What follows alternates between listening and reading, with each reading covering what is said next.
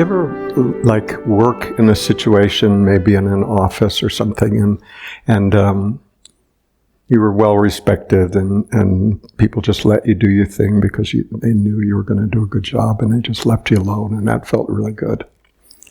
And then one day something shifted somehow for some reason, not through any fault of your own, but suddenly the boss felt like they had to keep a closer eye on you. You know? And I don't know, it may be in a relationship the same thing, where suddenly there was some level of closer scrutiny. You ever feel like that? Didn't feel good, right? You get it? The mind doesn't like it either. It's been given a free rein for a long time. It likes the autonomy. It likes being trusted. And when we start taking a closer look at it, it doesn't like it. It just doesn't like it. And so it's to be expected that there'll be a reaction, some defensive reaction, just like we would if we were in that situation. So, and the defensive reaction can take, I mean, there's some common ways that the mind can sort of protect itself, protect its domain. And one way is doubt, right? Doubting, well, how can that be true? That doesn't sound right, It's questioning. Another way is sort of argumentativeness, coming up with all kinds of reasons and, yes, but what about this and what about that? Another one is sleepiness. Another one's restlessness. Right? Another one's boredom. So these are just techniques, like, just they're defense mechanisms is what they are. So it's not wrong. It's just that the mind has been given a certain amount of autonomy for a long period of time, and it likes that. It likes being the one in charge. It likes being the one to tell us what's true and what's not true. The one having the final say. The Supreme Court justice, the one of ultimate authority to tell us who we are and what's right and what's wrong and how we should be and all of that. And so when we just even take a half a step back and look at that sort of objectively, the thinking mind just doesn't like it. And so it's easy to conclude if we give the thinking mind any autonomy, which we typically have done, is to say, well, there must be something wrong here. I got into the spiritual thing to feel better, and now, what about this? What about, it doesn't feel as good as I hoped it would. But we should see that this is sort of the price to pay to take back our autonomy. We've given it away to this thoroughly conditioned thinking mind, and the cost to retrieve it is to find out what we truly are, is not subjugated to the thinking mind. It's not that the thinking mind is bad or wrong or we shouldn't think at all or any of that. It's just that it's been conditioned from everything that's gone before. So there's a certain staleness about it. And so if we give ourselves over to it, the result will be more of the same. Makes sense, right? So the way out of it isn't to be angry at the mind or to be frustrated by it, but just to see the mechanics of it really clearly. But see it, if we're trying to see it believing that that's what I am, then, it's trying to open a door and shut it at the same time. You can't do it. You can't do it if you think you are that. Right? I am everything I think, but I don't like it. You're not going to get there that way. But if we're willing to just take a slight step away and just be willing to watch that whole, whatever the mind presents, and it'll be very convincing sometimes, and just be willing to watch it, not be horrified by it, not be seduced by it. Neither one, but be willing to remain present for it.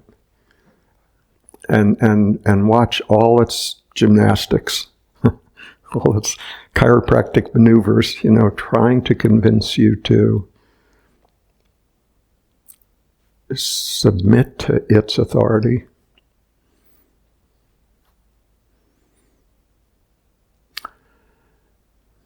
So if we find ourselves getting hooked by the mind, especially over and over with a particular thought structure, Byron Katie's work is really helpful, and it's the willingness to do that exercise, relatively simple exercise. Is this thought true? Well, heck yes, it's true. I believe it. It must be true. So the second one is sort of a follow-on. Is it really true? How can you know it's absolutely true? Well, mostly true. Okay, mostly true. And then the third question is, how do you feel when you believe that thought? It's not asking whether the thought is right or wrong anymore. It's like, okay, let's just say that when you believe the thought, how does that feel? What's the consequence of that? How does it affect how you look at life, how you live your life? And the fourth one is just really the opposite of that, is what would it feel like if you no longer believe that? What would that look like? Right? So it's sort of a patterned way of walking us through the consequences of our own thinking. And then we can, look at it and say, well, it might be true. It feels like it's true sometimes, or it's sort of an ingrained pattern, so it must be true. But, am I...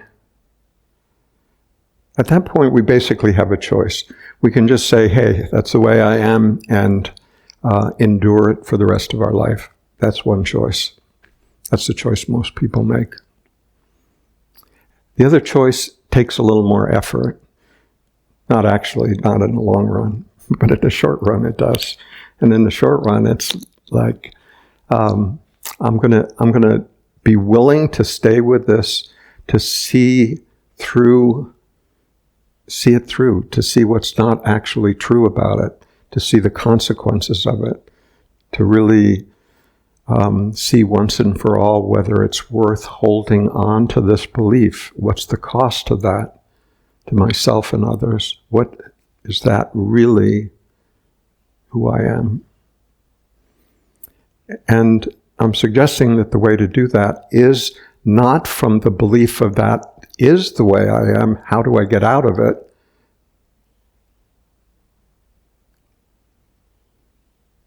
But really to step back and see it for what it is, almost as if you were looking at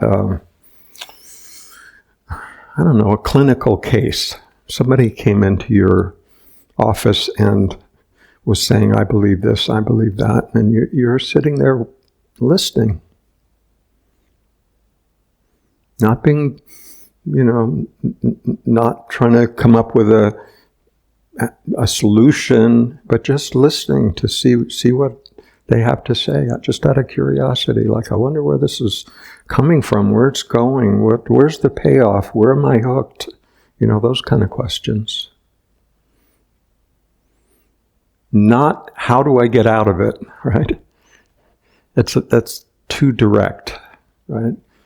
It requires more, a greater willingness to look, to really see what is holding that in place. Because there's something, we may not like it, but there's something that we believe is true about it, or there's some payoff there for us, or some certainty that that's actually what I am. Something is holding that in place, and that's what needs to be discovered. Because until we are willing to see what's holding it in place, the fact that we don't like it isn't really transformative. It's actually, by not liking it, we're actually pushing it away. We're causing it to be at a distance, and which isn't conducive to actually looking at it. So that's what I mean by being willing to remain present for it, and curious, like what's at the root of this? Where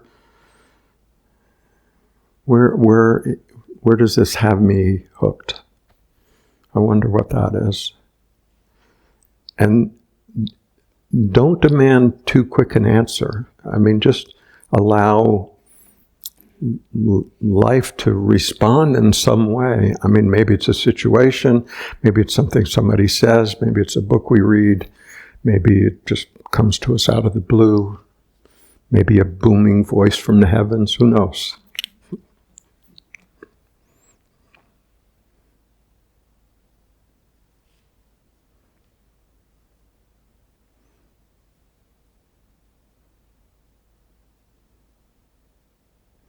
So just be patient with it also, because this is, and anything that causes us suffering, over a sustained period of time that's not related to a particular incident, or I guess maybe it could be related to a particular incident, but just being willing to remain with that, to really, really, really look at it. Not chasing it, not trying to psychologically figure it out, not being horrified by it, not liking, not disliking, just sort of remaining as objective as possible. Not critically objective, right? What most people understand by being objective is, I'm going to be a hard ass. It's not that. It's just being objective, really, really seeing, being willing to see wherever that might take us. That's the way out. But not even doing it to get out of it, right? Because even that is a form of pushing away. It's like, I'm just doing this, I'm just going through this exercise because I want to be done with it. See that it's sort of a subtle distancing ourselves from it. Whereas if it's just out of curiosity, like there's a lot of energy here around this issue, whatever it may be, and so I'm going to stay with it until I really get to the heart of it, really see what it's about. And it's something, if we're really curious about it, it's something that we may come back to time and again throughout the day, like, yeah, wonder what that is. There's, that energy that still arises in that way. I wonder where that comes from. Just curious, innocent, open, vulnerable, right? Ready to see. Not demanding that we see, but just available, like I really do want to see this.